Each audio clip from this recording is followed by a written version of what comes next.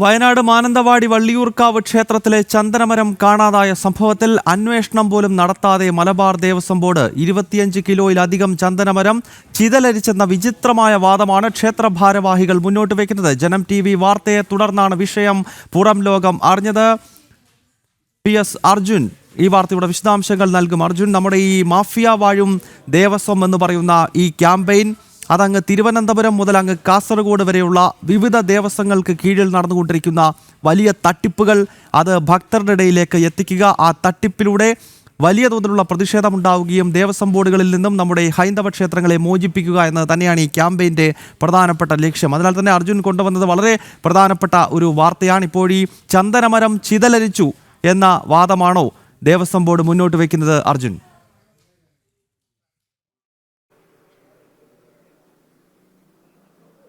തീർച്ചയായും ഗൗതം, അതായത് ഈ വാർത്ത നമ്മൾ പുറത്തുവിട്ടത് ഏകദേശം 40 കിലോയിലധികം ചന്ദനം ഈ അമ്പലത്തിൽ നിന്നും ഈ ക്ഷേത്രത്തിൽ നിന്നും കാണാനില്ല എന്നുള്ളതാണ്. തുടർന്ന് പിന്നീട് ദേവസ്വത്തിന്റെ ഉദ്യോഗസ്ഥരടക്കം വന്ന ആ പരിശോധന നടത്തുന്ന ഒരു സാഹചര്യം ഉണ്ടായിരുന്നു. മലബാർ ദേവസ്വത്തിന്റെ ഉദ്യോഗസ്ഥർ വന്ന ഇവിടെ പരിശോധന നടത്തുന്ന ഒരു സാഹചര്യം ഉണ്ടായിരുന്നു. ഇവിടെ നിന്നും പിന്നീട് 25 കിലോ ചന്ദനം ഇത്തരത്തിൽ ചെതലരിച്ചു പോയി എന്ന് പറയുന്ന ഒരു വിചിത്ര വാദമാണ് അമ്പലത്തിലെ ഈ ക്ഷേത്ര ഭാരവാഹികളിൽ നിന്നും നമുക്ക് ലഭിച്ചത്. മാത്രമല്ല, ഈ മലബാർ ദേവസ്വത്തിന്റെ ഉദ്യോഗസ്ഥർ വന്ന് പരിശോധിച്ചപ്പോഴും അത്തരത്തിൽ തന്നെയാണ് നമ്മളോട് പറഞ്ഞത്. ഇതൊരിക്കലും അംഗീകരിക്കാൻ കഴിയില്ലെന്നുള്ള ഒരു വസ്തുത ഉണ്ടെന്നിരിക്കുകയാണ് ഇത്തരത്തിലൊരു കള്ളം പ്രചരിപ്പിച്ചുകൊണ്ട് ഭക്തജനങ്ങളുടെ കണ്ണിൽ പൊടിയിടാനുള്ള ഒരു സാഹചര്യം ഒരുക്കുന്നത്. എന്തിനാ തന്നെ വലിയ പ്രതിഷേധമായി ഇത് സംബന്ധിച്ച് പിന്നീട് ഉയർന്നു വന്നത്. BJPയും അതുപോലെ തന്നെ ക്ഷേത്ര സംരക്ഷണ സമിതിയും അടക്കമുള്ള ആളുകൾ വലിയ രീതിയിലുള്ള പ്രതിഷേധവുമായി ക്ഷേത്രത്തിലേക്ക് എത്തുന്ന ഒരു സാഹചര്യം ഉണ്ടായിരുന്നു.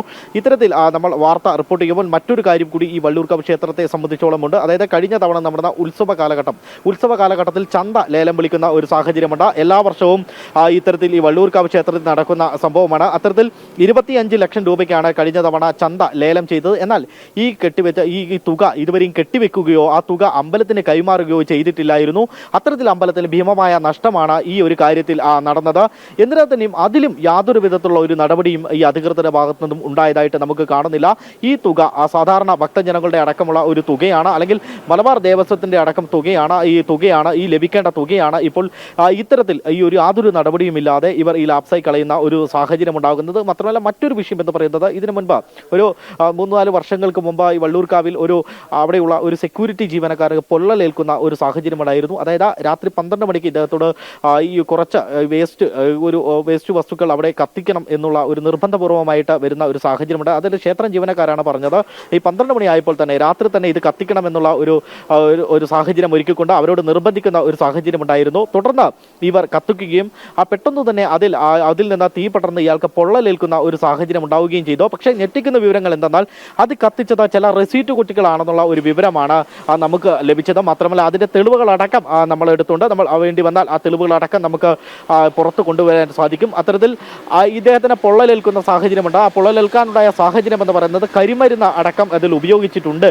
എന്നുള്ളതാണ് നമുക്ക് അന്ന് ലഭിച്ച പ്രാഥമിക അന്വേഷണത്തിൽ വിവരം ലഭിച്ചത്. അതേ തുടർന്ന് പിന്നീട് എന്തിനാണ് ഈ റെസീറ്റ് കുറ്റികൾ അടക്കം കത്തിക്കുന്നത്, മാത്രമല്ല ഈ രാത്രി 12 മണിക്ക് ഈ ഏകദേശം ഈ രാവിലെ ആയാൽ പോരെ എന്നുള്ള ഒരു ചോദ്യം ഈ സെക്യൂരിറ്റി ജീവനക്കാരൻ ചോദിച്ചിരുന്നു. പക്ഷേ പാടില്ല, ഈ രാത്രി തന്നെ കത്തിക്കണം എന്നുള്ളതായിരുന്നു ഇവിടുന്ന് വന്ന നിർദ്ദേശം. ഇത്തരത്തിൽ നിരവധി വിഷയങ്ങളാണ് നമ്മൾ ചൂണ്ടിക്കാണിച്ചത്. അവയൊക്കെ അന്വേഷിക്കുമെന്ന അന്ന് ദേവസ്വം ജീവനക്കാരടക്കം നമ്മളോട് ഉറപ്പ് നൽകിയതാണ്. പക്ഷേ യാതൊരു വിധത്തിലുള്ള ഒരു അന്വേഷണവും പിന്നീട് ഉണ്ടായിരുന്നില്ല.